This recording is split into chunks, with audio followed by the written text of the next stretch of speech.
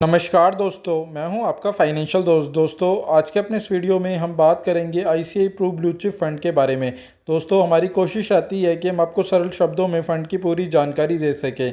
दोस्तों, वीडियो शुरू करने से पहले आपसे छोटी सी रिक्वेस्ट है कि अगर आपने हमारा चैनल अभी तक सब्सक्राइब नहीं किया है तो प्लीज़ इसे सब्सक्राइब करें। तो दोस्तों, आज का अपना वीडियो शुरू करते हैं। ICICI Pru blue chip fund, यह फंड एक लार्ज कैप कैटेगरी का फंड है। बात करें इसके लास्ट वर्किंग डे की एनएवी की, जो कि 27 मार्च 2024 की थी, वह 95.42% की थी। वहीं बात करें स्कीम डिटेल के बारे में, तो यह फंड एक ओपन एंडेड फंड है। ओपन एंडेड वह फंड होते हैं जिसमें आप कभी भी इन्वेस्टमेंट कर सकते हैं और कभी भी विड्रॉ कर सकते हैं।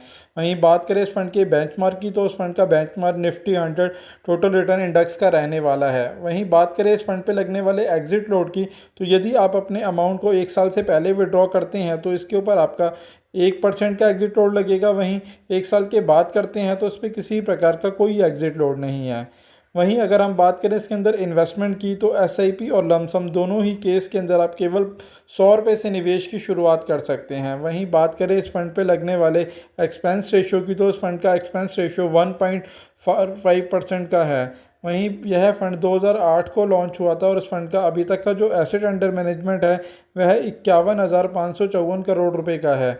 वहीं इस फंड के अंदर यदि किसी व्यक्ति ने 1 लाख रुपए का निवेश किया होता जब ये फंड लॉन्च हुआ था, तो आज उसकी वैल्यू 9,54,000 रुपये होती। वहीं अगर आप इसका एसआईपी का भी सालाना रिटर्न देखेंगे तो इसने 16% से ज़्यादा का ही सालाना का रिटर्न दिया है। यानी अगर इस फंड के अंदर किसी व्यक्ति ने 1,000 रुपये की एसआईपी शुरू की होती जब ये फंड लॉन्च हुआ था, तो आज उसकी वैल्यू 7,82,441 रुपये तक होती।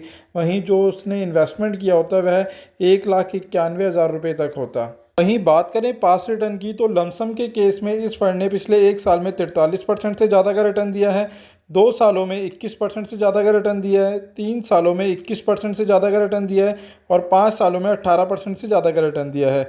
वहीं बात करें कैटेगरी वाइज रिटर्न की, तो उसने पिछले 1 साल में 37% से ज़्यादा का रिटर्न दिया है, 2 सालों में 16% से ज़्यादा का रिटर्न दिया है, 3 सालों में 16% से ज़्यादा का रिटर्न दिया है और 5 सालों में 15% से ज़्यादा का रिटर्न दिया है। वहीं बात करें एसआईपी के पास रिटर्न की, तो उसने पिछले 1 साल में 42% से ज़्यादा का रिटर्न दिया है, 2 सालों में 29% से ज़्यादा का रिटर्न दिया है, 3 सालों में 23% से ज़्यादा का रिटर्न दिया है और 5 सालों में 22% से ज़्यादा का रिटर्न दिया है।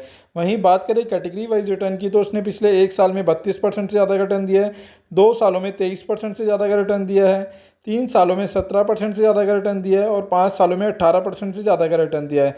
तो आप देख सकते हैं कि इसने दोनों ही केस के अंदर लमसम और एसआईपी के अंदर हर 1 साल अपनी कैटेगरी को बीट किया है। इस लिहाज से निवेश के लिए अच्छा ऑप्शन हो सकता है उन सभी के लिए जिनका भी नज़रिया लॉन्ग टर्म का है और वह एक लार्ज कैप फंड की तलाश में है। करें फंड मैनेजर की, तो यह फंड 2 फंड मैनेजर के द्वारा मैनेज किया गया है। पहले मिस्टर अनीश और दूसरे मिस्टर वैभव के द्वारा फंड मैनेज किया जा गया है।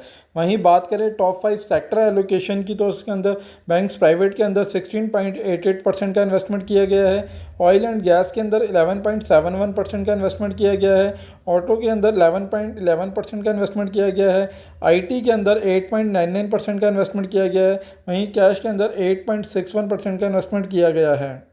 वहीं बात करें टॉप 5 कंपनी एलोकेशन की, तो उसके अंदर आईसीआई बैंक के अंदर 8.27% का इन्वेस्टमेंट किया गया है, रिलायंस इंडस्ट्री के अंदर 8.1% का इन्वेस्टमेंट किया गया है, एलएनटी के अंदर 6.76% का इन्वेस्टमेंट किया गया है, इन्फोसिस के अंदर 5.46% का इन्वेस्टमेंट किया गया है और एक्सिस बैंक के अंदर 4.66% का इन्वेस्टमेंट किया गया है। वहीं बात करें ओवरऑल इन्वेस्टमेंट की, तो क्योंकि यह एक लार्ज कैप कैटेगरी का फंड है, इसलिए इसके अंदर सबसे ज़्यादा पोर्शन लार्ज कैप के अंदर ही इन्वेस्टमेंट किया गया है। लार्ज कैप के अंदर 85.02% का इन्वेस्टमेंट किया गया है, वहीं मिड कैप के अंदर 5.51% का इन्वेस्टमेंट किया गया है और स्मॉल कैप के अंदर 0.49% का इन्वेस्टमेंट किया गया है और कुछ इन्वेस्टमेंट अदर इंस्ट्रूमेंट और कैश के अंदर भी रखा गया है। दोस्तों, तो आप देख सकते हैं कि इस फंड ने ज़्यादातर पोर्शन अपना लार्ज कैप के अंदर ही किया गया है। तो लार्ज कैप के फंड के अंदर इन्वेस्टमेंट करने से आपके पोर्टफोलियो में एक स्टेबिलिटी मिलती है। वहीं दोस्तों, अगर आप इस फंड के अंदर इन्वेस्टमेंट की सोच रहे हैं तो इन्वेस्टमेंट से पहले एक बार अपने फाइनेंशियल एडवाइज़र से सलाह ज़रूर ले लें और आपका नज़रिया लॉन्ग टर्म का हो तो ही इस फंड के अंदर इन्वेस्टमेंट की सोचें। वहीं अगर आप इस फंड में या किसी भी और फंड में हमारे साथ जुड़कर अपने निवेश की शुरुआत करना चाहते हैं तो नीचे डिस्क्रिप्शन में दिए गए नंबर पर आप हमें व्हाट्सएप के थ्रू भी संपर्क कर सकते हैं।